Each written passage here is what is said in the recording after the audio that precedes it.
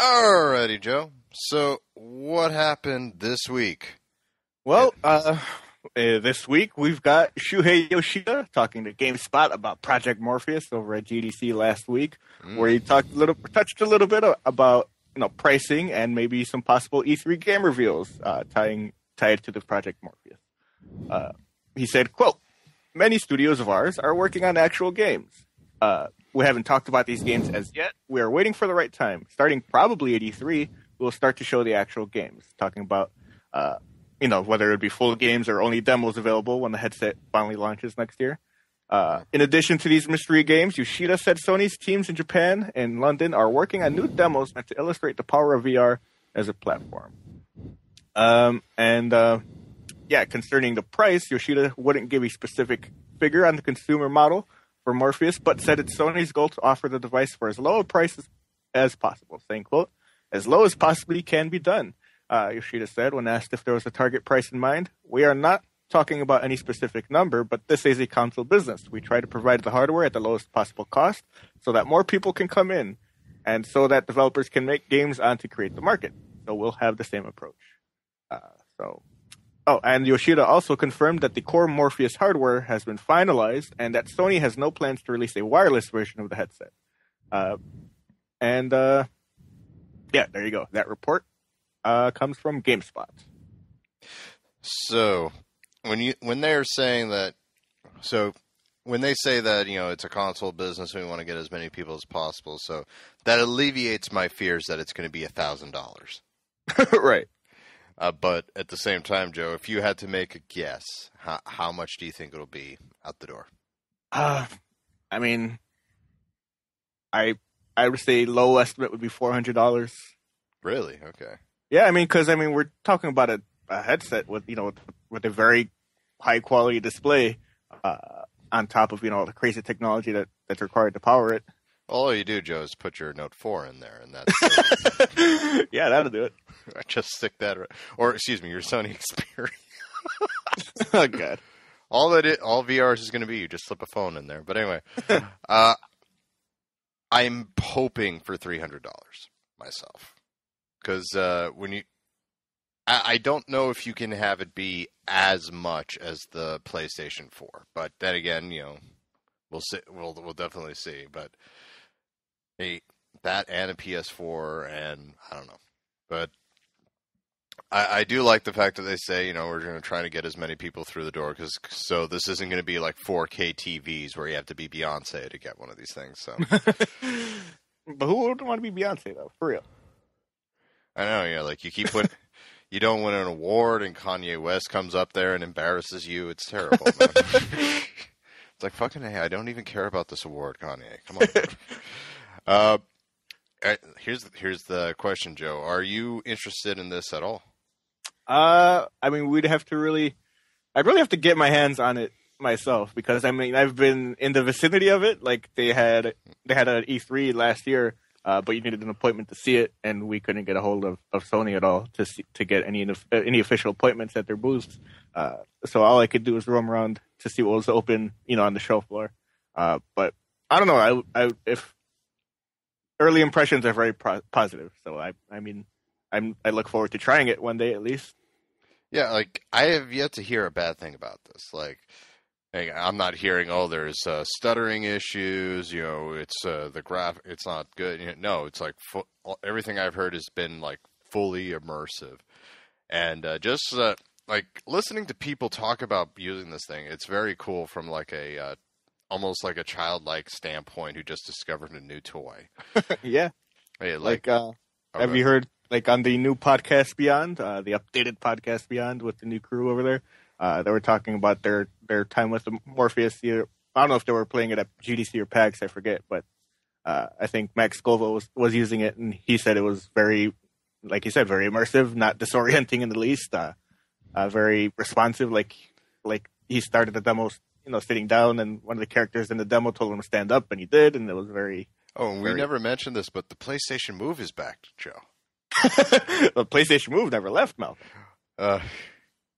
It should have. But, but yeah, it's like, in order to use objects in the game, like if it's a gun game, when you see the videos of people using it, they're using a PlayStation Move, so they get their money back on that finally. But continue. So very immersive when he was doing stuff. Yeah, like he would, like you said, he would just kind of walk around. You'd still walk around with either the controllers or like a keyboard if you're using it on PC or something. But walking around, being able to like duck behind cover and have it feel like you were actually behind something, like that's the kind of stuff that is very exciting to me.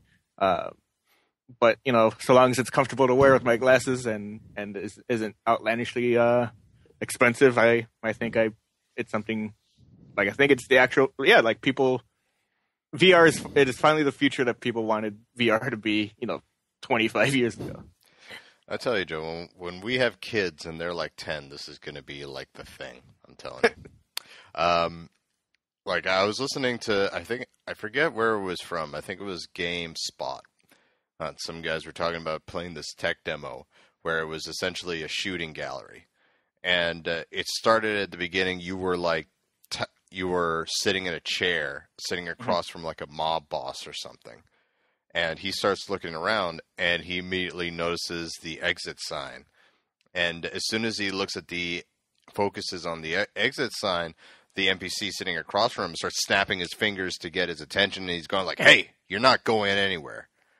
So I thought, oh my god, that's cool. Like you could look at a direction, and it'll make the NPC react. That's actually pretty cool. And it devolves into a gunfight between you and like the gang members in there. And he was talking about hiding behind a desk and like popping his head up and down. And at one point, he even like sticks his hand over the edge of the table to shoot without popping his head up. And he was like, I was just really into it. It felt like I was in an actual gunfight. So I'm hearing stuff like that really has me stoked too. Yeah. I wonder how Sony's making up for, I guess, the PS4's relative lack of power. Because, compared to like a PC that Oculus would be running on, like PCs now even, kind of really dwarf what the PS4 can really do. Well, consoles are never going to catch up to a PC. Well, I know, I know, but I mean, with the PS4 being, behind, I guess, in that regard, having much less hardware to actually fool around with, I wonder what they're going to do to make sure that Morpheus is stays as fun as it is now in the long run. Well, it should be interesting. And this is not the last we're going to talk about Morpheus. There's one other story in particular where I have it might tie into Morpheus. But did you have anything else that you wanted to say here, Joe? No, I mean, and also if you have other Morpheus news, you may as well bring it up because I don't have anything else here. Well, it attaches onto something else that we're going to talk about, unless you missed it from yesterday. I guess I did because I don't. All right. Do you want to just skip to that story then, or? Yeah, I guess so. Uncharted. Oh, I mean, I didn't see any mention of that. Well, this because it's me guessing here, but okay. Well, anyway, yes. Yeah, I mean, that was the next story anyway. Oh, was it? Okay. yeah, that Uncharted 4 has been delayed into spring 2016.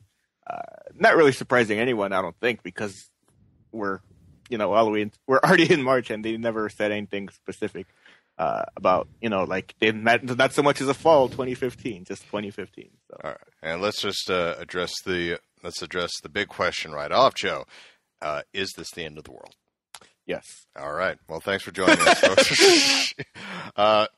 Yeah, like if you paid it like Last of Us last year, they also had a delay about about the same length of time, and so in considering it's Naughty Dog here, that's fine. I'm really good with them having a delay. Take as many delays as you want, because the games always end up being worth the wait. Now, sadly. You of course you know what this means, Joe. No, Malcolm, I don't. Well, yeah, we don't get that grudge match we were looking forward to. Oh, sure. Yeah, the long-awaited Lara Croft versus Nathan Drake feud that would have been so amazing at Christmas from a marketing standpoint. you better believe they would have done like some sort of like at the VGXs. I guarantee you there would have been like those fights that Peter Griffin and the Chicken have. Mm-hmm. They would have done something like that, except with Lara Croft and Nathan Drake just destroying like whatever Aztec ruin they have to bump into each other in. And but they probably would have shown that at the Video Game Awards show or something like that. But at the same time, it's fine. Like I said, it's a Naughty Dog game. Now, I don't know if you guys are aware of this, but the last 3 games that Naughty Dog has released have all been damn near perfect and been Game of the Year nominees. So if they say, yeah, we need to delay this to fix the kinks here, I trust them. So, yeah, go ahead. Now, do you think that Microsoft is a little bit annoyed by this news? Because as a lot of people theorize, they got Lara Croft to combat Nathan Drake. I mean, I don't see why they would be upset. If anything, it makes it easier for them to get a foothold in the very important holiday season. So they're like, yeah, okay. We don't have anything to compete with. Yeah.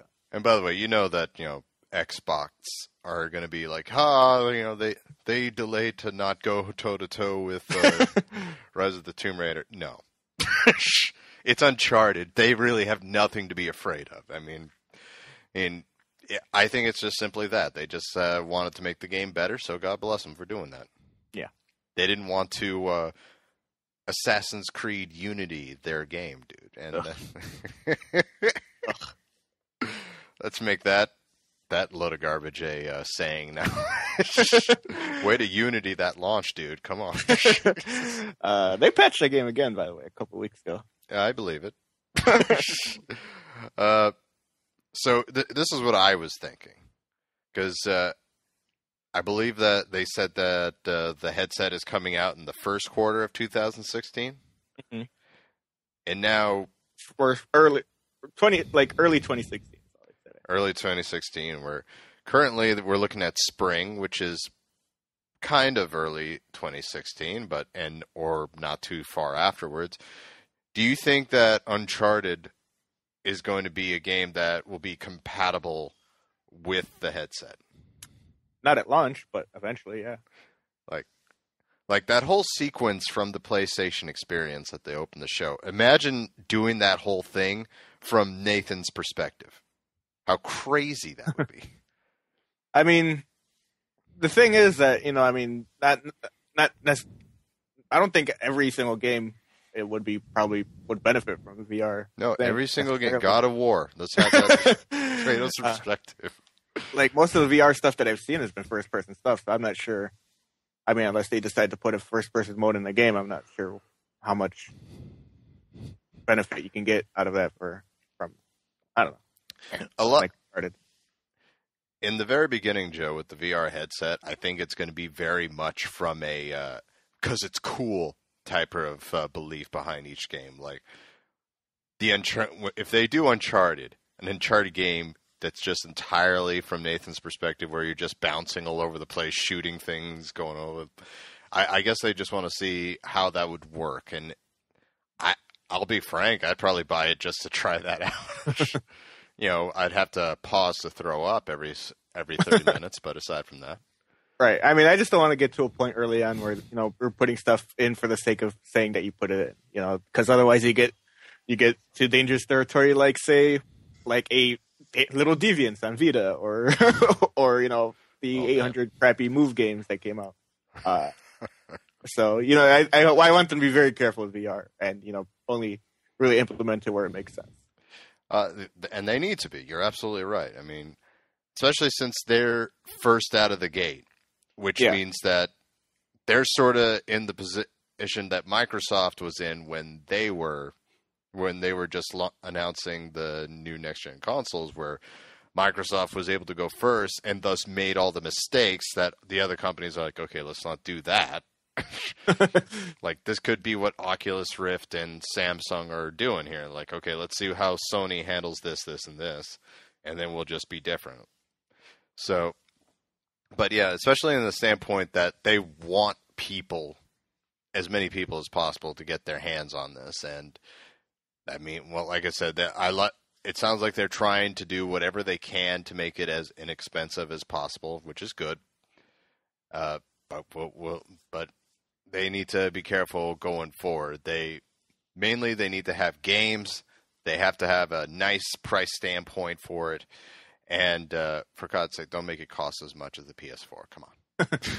I mean, it would be cool even if it wasn't like a full on if it wasn't like full on like the regular game. Like they put in a section on Uncharted 4 where it's just like, hey, here's like just explore one of the beautiful areas that we've made in the game, and instead of you jumping around as Nathan Drake, it's like you just walk around this awesome mountainside by yourself and just chill in it 10 minutes.